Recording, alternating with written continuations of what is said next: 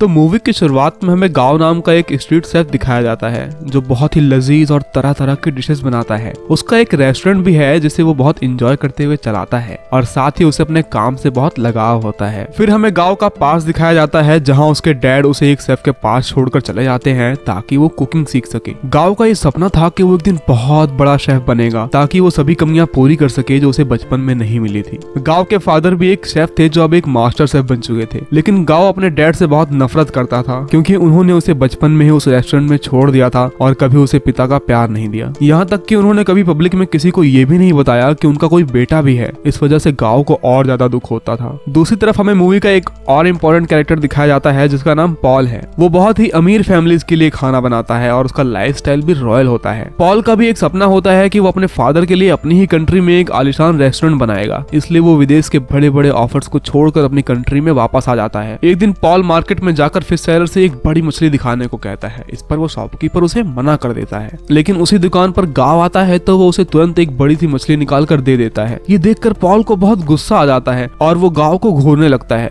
दुकानदार ये देखकर उस फिश के 2 टुकड़े कर देता है, लेकिन वो दोनों एक दूसरे को घूरते ही रहते हैं। उसके बाद हमें पॉल का आलीशान रेस्टोरेंट दिखाया जाता है और आज उसके रेस्टोरेंट की ओपनिंग सेरेमनी होती है और वहाँ बहुत ही एडवांस चीजें और साफ सफाई देखने को मिलती है। लेकिन पॉल का ये न्यू रेस्टोरेंट गाँव के रेस्टोरेंट के ठीक सामने ही था, यानी दोनों में कंपटीशन होना तो पक्का समझो। नए रेस्टोरेंट को देखकर गांव के फ्रेंड्स परेशान होने लगते हैं और उन्हें इस बात का डर होता है कि कहीं उनके सारे कस्टमर्स वहां न चले जाएं। और कुछ ऐसा ही होता है। वहां आए सभी लोग न्यू रेस्टोरेंट की ओपनिंग में टेस्ट लेने वहीं पहुंच जाते हैं। ये देखकर गांव के फ्रेंड कस्टमर को बुलाने के लिए डिस्काउंट ऑफर चलाते हैं और ये ट्रिक काम करती है और बहुत से कस्टमर्स वापस उनके रेस्टोरेंट की तरफ आने लगते हैं। ये देखकर वहाँ पॉल के स्टाफ के लोग आ जाते हैं और उनसे बहस करने लगते हैं। वो उन पर टॉन्ट मारते हुए कहते हैं कि तुम लोगों से हमारी सक्सेस देखी नहीं जाती, इसलिए तुम ऐसा कर रहे हो। और उनकी इस बहस का कंक्लूजन ये निकलता है कि वहाँ एक कुकिंग कंपटीशन रखा जाएगा जिससे ये पता चल सके कि किस शेफ के हाथों में ज्यादा टेस्ट है। इसके बाद पॉल और गाओ को कुकिंग कंपटीशन रखने को कहा जाता है। पहले तो वो मना करते हैं, लेकिन जैसे ही वो एक दूसरे को देखते हैं उन्हें वो दुकान वाली बात याद आ जाती है और वो कंपटीशन के लिए हाँ कह देते हैं। फटाफट वहाँ टेबल लगाई जाती है और उस पर एक बड़ी सी फिश रख दी जाती है। सबसे पहले पॉल फिश को काटता है और बड़े ही आराम से उसके कांटे निकालने लगता है। वहाँ खड़े लोग बहुत ही उत्सुकता से उसे देख रहे होते हैं और पॉल उस फिश को गाओ की तरफ फेंक देता है और गाओ भी बहुत ही खूबी के साथ उस फिश को काटने लगता है। और जब वो उसे हवा में उछालता है तो उसकी स्किन बिल्कुल अलग हो जाती है और जिस पर एक भी फ्लैश का टुकड़ा नहीं लगा होता। ये देखकर वहाँ खड़े लोग हैरान रह जाते हैं और पॉल भी उसकी काबिलियत देखकर चौंक जाता है। तभी वहाँ खड़ा एक चेयरमैन उनसे इंटरनेशनल शेफ चैलेंज के बारे में बताता है और उन दिनों से कहता है कि तुम्हें उसमें पार्टिसिपेट करना चाहिए और दोनों को ही ये साबित करना होता है कि उनमें बेहतर कौन है, इसलिए वो दोनों उस कंपटीशन में पार्टिसिपेट करने के लिए हाँ कह देते हैं। तभी पॉल मीडिया को दिए हुए एक इंटरव्यू में बताता है कि वो फ्रांस की रॉयल फैमिलीज के लिए कुकिंग करता था, लेकिन मैंने यहाँ आकर देखा कि लोग यहाँ आज भी पुराने स्टाइल में कुकिंग कर रहे हैं। वो टीवी पर गाँव को टॉन्ट मारते हुए ये सब बातें कह रहा होता है, जिसे देखकर गाँव को भी गुस्सा आता है। उसके बाद उन्हें पता चलता है कि उनके कॉम्पिटिशन्स होंगे जिसमें कुछ राउंड्स हैं।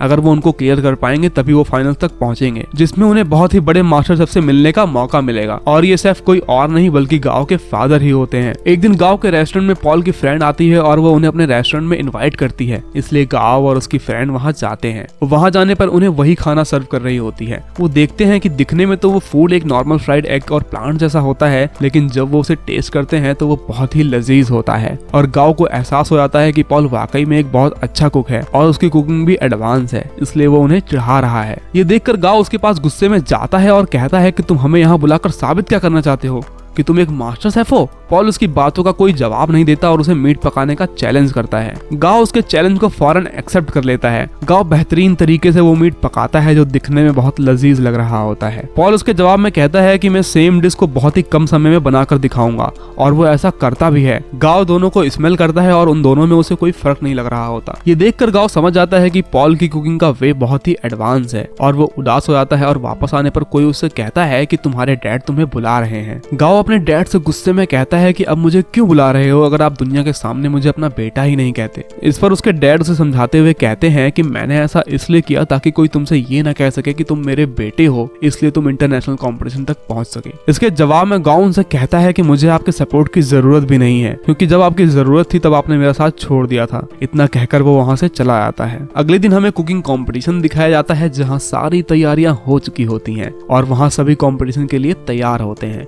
जहाँ गाँव गाओ एक तरफ चिकन बना रहा होता है, वहीं पॉल एक स्वीट डिश बना रहा होता है। दोनों बहुत ही मेहनत से अपनी डिश प्रिपेयर करते हैं। पॉल दिए हुए टाइम से पहले ही कुकिंग कर चुका होता है, लेकिन गाओ भी कम नहीं होता, वो दिए हुए टाइम पर ही अपना टास्क कंप्लीट कर लेता है और बहुत ही लजीज चिकन बना देता है, जिसे देखकर जजेस भी इंप्रेस हो जाते हैं। और जब उनके खाने को टेस्ट किया जाता है तो दोनों को बराबर तारीफें मिलती हैं और दोनों को बराबर मार्क्स भी मिलते हैं। तभी दोनों के बीच कंफ्यूजन को दूर करने वहाँ एक जज आता है जो कहता है कि इसमें कोई दो राय नहीं है कि तुम दोनों ने बेहतरीन डिशेस बनाई हैं, लेकिन पॉल का टाइम मैनेजमेंट बहुत अच्छा था, इसलिए वो उसे विजेता घोषित कर देते हैं। पॉल जहाँ इस बात से बहुत खुश होता है, वहीं गाओ इस बात से उदास हो जाता है और घर न जाकर वो वीडियो गेम्स खेलने निकल पड़ता है और बहुत देर तक अपना समय वहीं बिताता है। तभी उसके पास वही सैफ आते हैं जिसके पास उसने अपना बचपन बिताया होता है। वो उसे बहुत प्यार से समझाते हैं कि जिंदगी में हार जीत तो चलती ही रहती है, अगर आज तुम नहीं जीते इसका मतलब ये नहीं है कि तुम कल भी नहीं जीतोगे। उसे बहुत समझाने के बाद वो घर आने के लिए तैयार हो जाता है। पॉल यहाँ बहुत खुश होता है और वो अपने दोस्तों के साथ बैठकर जीत का जश्न मना रहा होता है। तभी उसका फ्रेंड उससे कहता है कि तुम अपनी दोस्त को मौका क्यों नहीं देते कि वो इंटरनेशनल लेवल पर आपको प्रेजेंट करे, जबकि उसे ठीक से खाना बनाना भी नहीं आता था।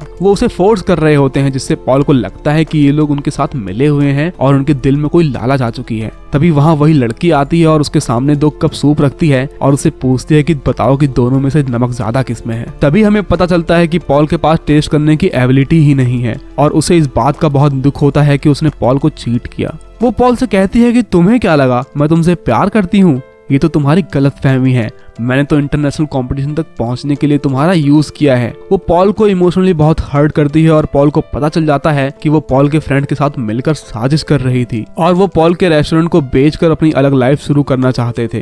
पॉल का दिल टूट जाता है और वो अपने रेस्टोरेंट के बाहर आ जाता है और वो बहुत उदास होकर वहाँ ड्रिंक करने लगता है। तभी वहाँ गाँव आकर उससे कहता है तुम क्यों उदास बैठे हो, तुम्हें तो खुश होना चाहिए, तुम कंपटीशन जीत चुके हो। पॉल उसे दुख भरी आवाज में कहता है कि हाँ जीता तो हूँ, लेकिन साथ ही जिंदगी ने बहुत कुछ हराया भी है।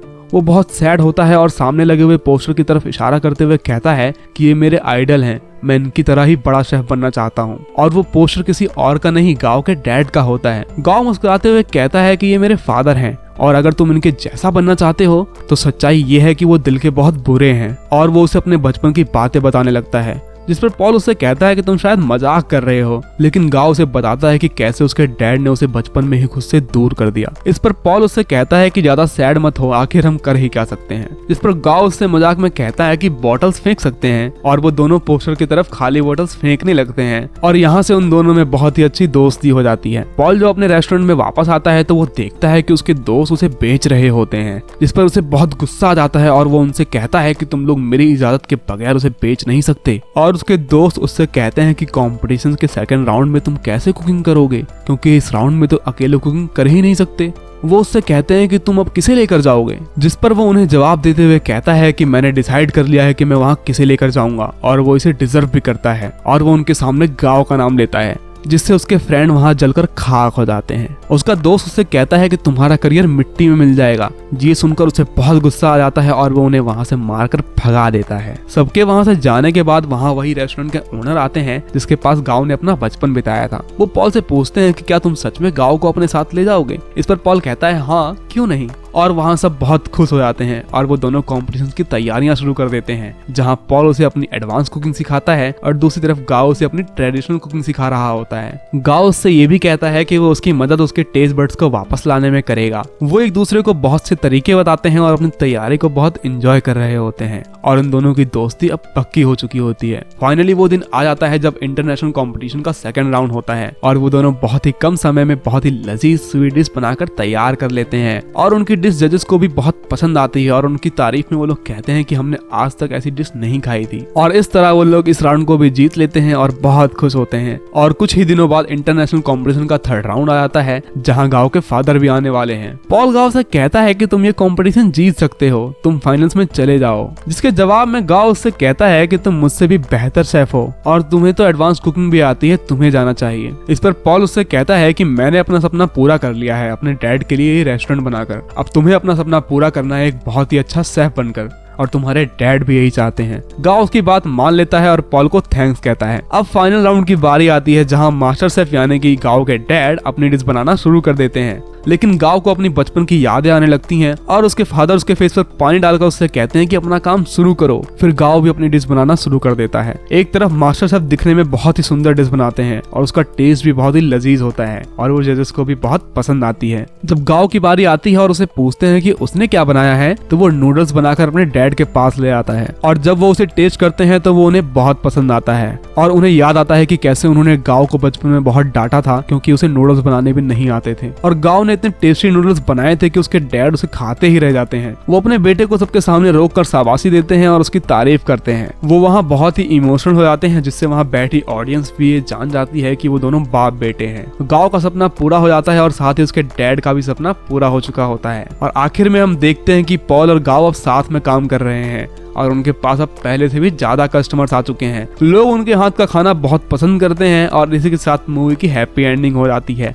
अगर आपको हमारी आज की वीडियो अच्छी लगी तो हमारे चैनल को सब्सक्राइब करे बिना ना जाएं। जल्द मुलाकात होगी नेक्स्ट वीडियो में एक नई कहानी के साथ।